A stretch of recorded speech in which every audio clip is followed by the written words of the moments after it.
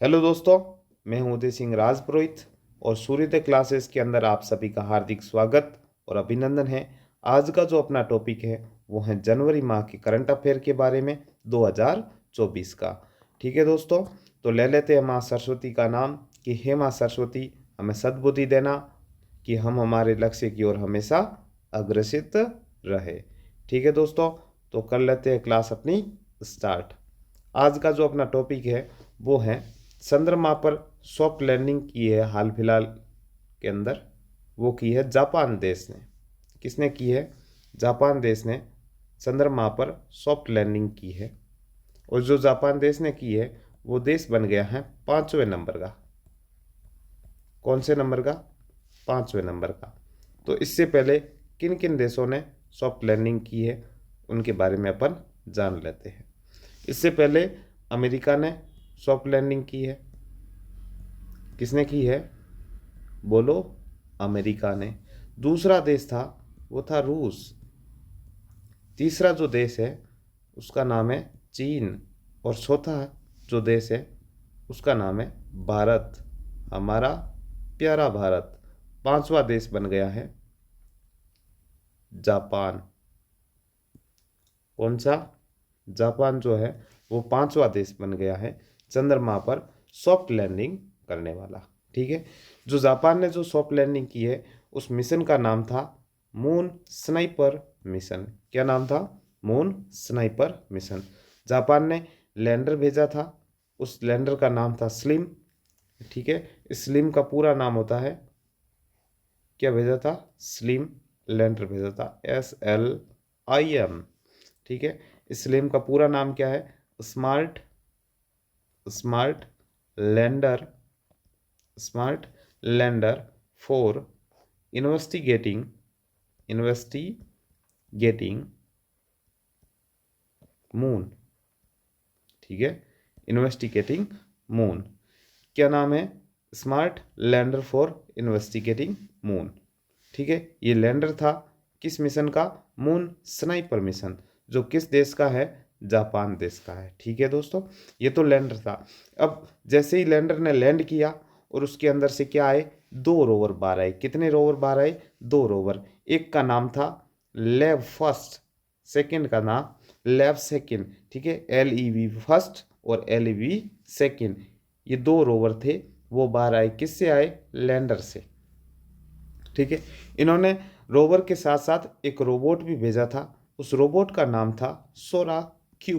क्या नाम था? सोरा क्यू। जापानी भाषा के अंदर जो सोरा का मतलब होता है वो होता है ब्रह्मांड। क्या होता है? बोलो। ब्रह्मांड। ठीक है, इस क्यू का मतलब होता है क्वेश्चन। ठीक है, QU क्वेश्चन।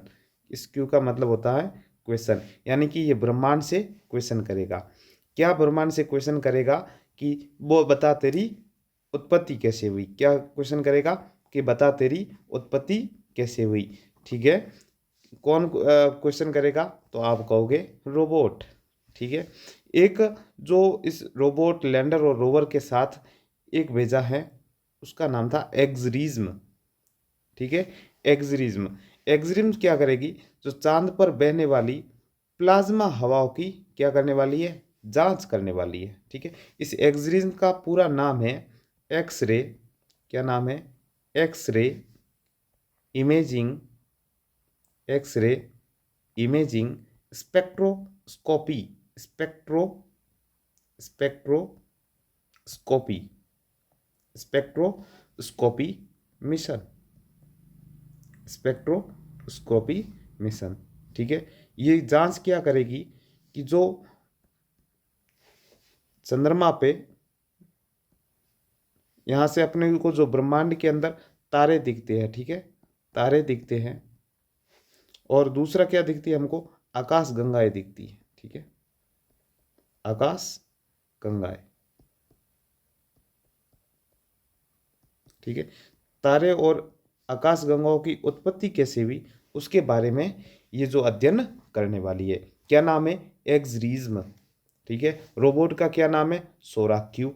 रोवर का क्या नाम है? LEV फर्स्ट और LEV सेकंड। दो रोवर भेजे थे। और जो लैंडर है उसका नाम है स्लिम। ठीक है, ये जापान का सॉफ्ट लैंडिंग मिशन था और जापान बन गया है सॉफ्ट लैंडिंग करने वाला 5वां देश।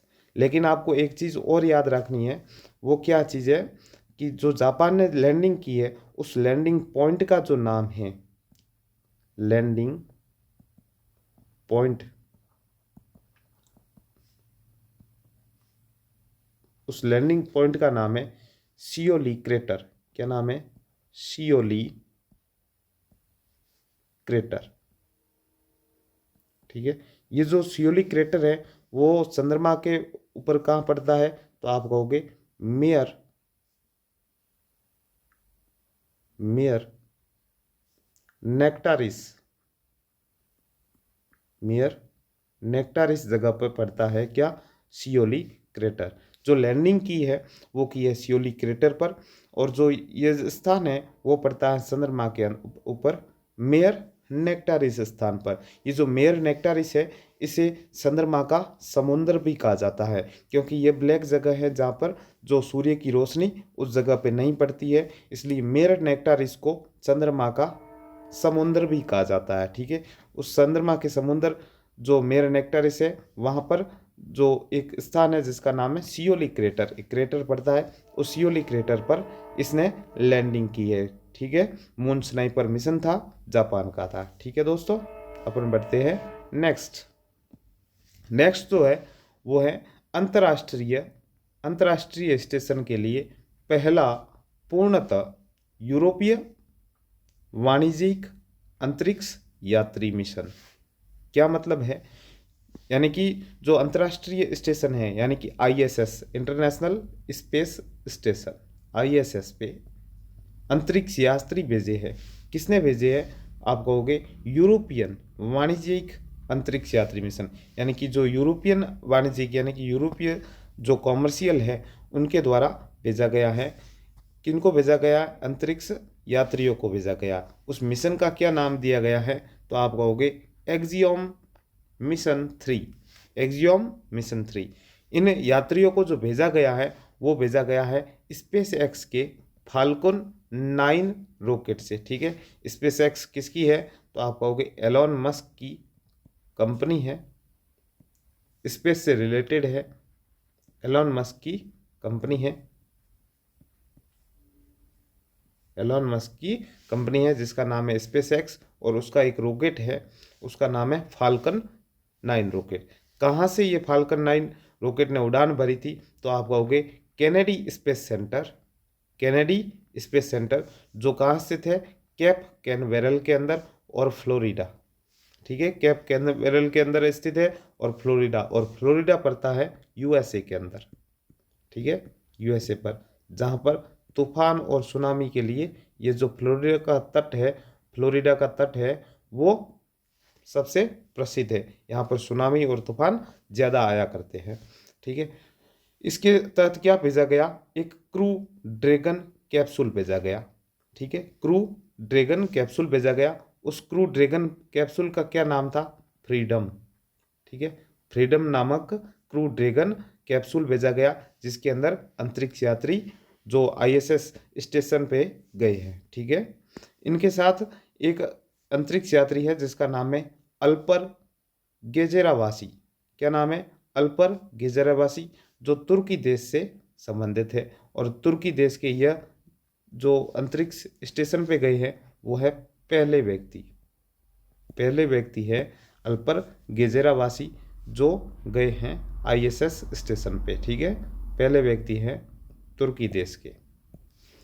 जो ये जो मिशन था इस मिशन के अंदर 4 एजेंसी ने काम किया। कौन कौन सी है? नासा, दूसरी ईएसए, तीसरी स्पेस एक्स और चौथी है एक्सियोम स्पेस। ये जो एक्सियोम स्पेस है इसका यह तीसरा मिशन था।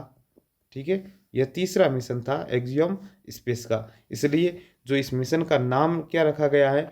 Axiom mission 3 mission. ठीक है, एक्सियोम मिशन 3, यानी कि एक्सियोम जो स्पेस जो कंपनी है उसका यह तीसरा मिशन है। आप कहोगे ये जो यूरोपियन स्पेस एजेंसी है इसका यह पहला मिशन है। ठीक है, ये फर्स्ट मिशन है किसका? यूरोपियन स्पेस एजेंसी का, जिसके द्वारा जो अंतरिक्ष यात्री भेजे गए हैं। कहाँ पर भेजे गए हैं? तो आप कहोगे ISS इंटरनेशनल स्पेस सेंटर पे, ठीक है।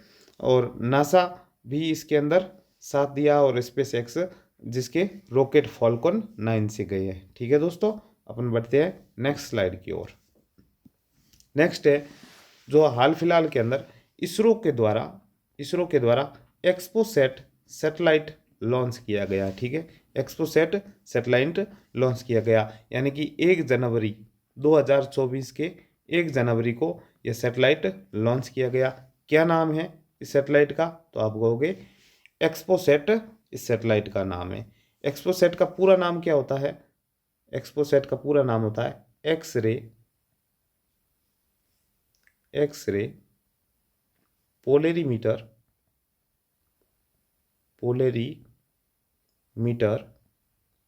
सैटेलाइट।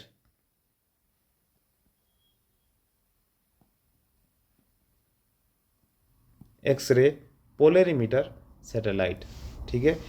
जो इसका जो परीक्षण किया गया है वो किया गया है श्रीहरिकोटा आंध्र प्रदेश से, ठीक है। श्रीहरिकोटा आंध्र प्रदेश से।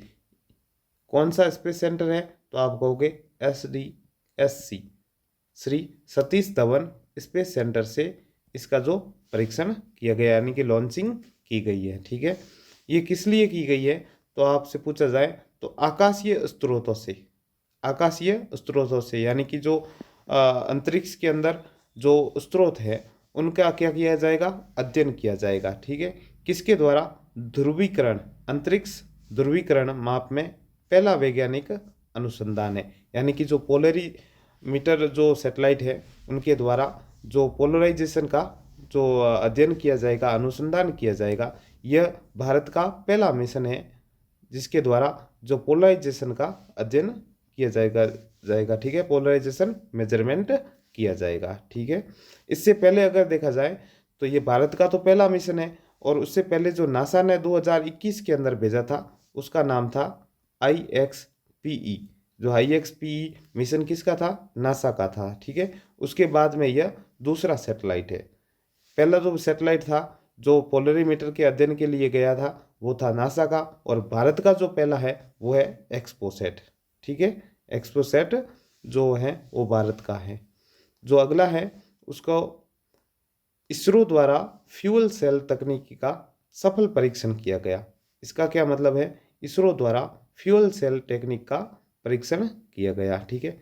जैसे अभी इसरो है वो गगनयान को जो भेजने वाला है, इससे पहले जो अभी जो भेजा है वो क्या नाम था? एक्सपोसैट। इस एक्सपोसैट की जो उड़ान थी वो PSLV C58 के द्वारा की गई थी, ठीक है। PSLV C58 के द्वारा की गई। जो PSLV C57 है, PSLV C57 इसके द्वारा किस सैटेलाइट की जो लॉन्चिंग की गई थी वो कौन सा था? वो था आदित्य L1, ठीक है। आदित्य L1 था जो सूर्य के अध्ययन के लिए गया था। सूर्य के ऊपर जो कोरोना परत होती है उनके अध्ययन के लिए गया था। और L1 का मतलब होता है लैग्रांजियन पॉइंट फर्स्ट, यानी कि एक पॉइंट होता है और वहाँ से यह अध्ययन करने वाला है। सूर्य की ऊपरी परत होती है, ऊपर की परत का अध्ययन करने वाला है आदित्य L1, ठीक है दोस्तों। अभी जो इसरो ने फ्यूल सेल टेक्निक का जो सफल परीक्षण किया है, इस फ्यूल सेल टेक्निक का मतलब क्या होता है? फ्यूल सेल का मतलब होता है कि पहले जब इसरो के जो वैज्ञानिक होते थे, यानी कि जो अंतरिक्ष के अंदर जाते थे, तब एक विशेष प्रकार के सेल के द्वारा जो इलेक्ट्रिक एनर्जी का वहाँ पे जो उत्पादन किया जाता था, ठीक है। उस मिशन के अंदर विद्युत सेल से जो उत्पादन किया गया था। इसलिए इन्होंने क्या किया है, जो अभी जो ये जो फ्यूल सेल टेक्निक है इसके अंदर क्या किया जाएगा, एक दो चैम्बर लिए जाएंगे। दो चैम्बर के अंदर एक के अंदर हाइड्रोजन होगी और दूसरे के अंदर क्या होगी? ऑक्सीजन होगी। क्या होगी? ऑक्सीजन होगी। हाइड्रोजन और ऑक्सीजन को इसको क्या किया जाएगा? हाई प्रेशराइज किया जाएगा। क्या किया जाएगा? हाई प्रेशराइज किया जाएगा। हाई प्रेशराइज किया जाएगा। इस हाई प्रेशराइज के कारण यहाँ से क्या होगी, इन दोनों को जब मिलाया जाएगा तब इलेक्ट्रिक की उत्पत्ति होगी, ठीक है, यानी कि बिजली पैदा की जाएगी, ठीक है। जो बिजली पैदा की जाएगी हाइड्रोजन और ऑक्सीजन से, वो बिजली से आप अंतरिक्ष यात्री हो तो उनके लिए क्या मिल जाएगी, बिजली मिल जाएगी, और बिजली से वो दूसरा कार्य कर सकते हैं, ठीक है। तो ये जो प्रेशराइज हाई प्रेशराइज के साथ किया जाने वाला, इसी को क्या कहा गया है, फ्यूल सेल टेक्निक कहा गया है, फ्यूल सेल टेक्निक कहा गया है। ये जो है वो polymer polymer electrolyte membrane cell पे आधारित है, पॉलीमर इलेक्ट्रोलाइट मेम्ब्रेन सेल पे ये जो है आधारित है। और इसका क्या नाम दिया गया है, fuel cell based on power system, ठीक है, fuel cell based on power system. इसका मतलब क्या हुआ, यानी कि जो जब बिजली, पावर सिस्टम का मतलब क्या हुआ, बिजली का उत्पादन होगा, और किस पे बेस्ड है, तो आप कहोगे फ्यूल सेल पे, यानी कि फ्यूल कौन सी है, तो आप कहोगे हाइड्रोजन और ऑक्सीजन, ठीक है। इसका जो सफल परीक्षण किया गया है, जो जैसे अपन अंतरिक्ष के अंदर जाते हैं तो अलग अलग प्रकार की कक्षाएं होती है, जो इसका जो सफल परीक्षण किया गया है वो किया गया है POEM 3 ऑर्बिट के अंदर, ठीक है, POEM 3 ऑर्बिट के अंदर इसका सफल परीक्षण किया गया है। तो इसरो के द्वारा ये जो फ्यूल सेल टेक्निक है, इसका अध्ययन है, वो सफल परीक्षण कर लिया गया है, और इसका यूज़ किया जाएगा गगनयान 3 मिशन के अंदर, जो गगनयान मिशन है उसके अंदर जो किया जाएगा, ठीक है दोस्तों। अगर क्लास आपको अच्छी लगी है तो लाइक और सब्सक्राइब जरूर करिएगा, ठीक है दोस्तों। तो मिलते हैं अपन नेक्स्ट क्लास के अंदर, तब तक जय हिंद, जय भारत, वंदे मातरम।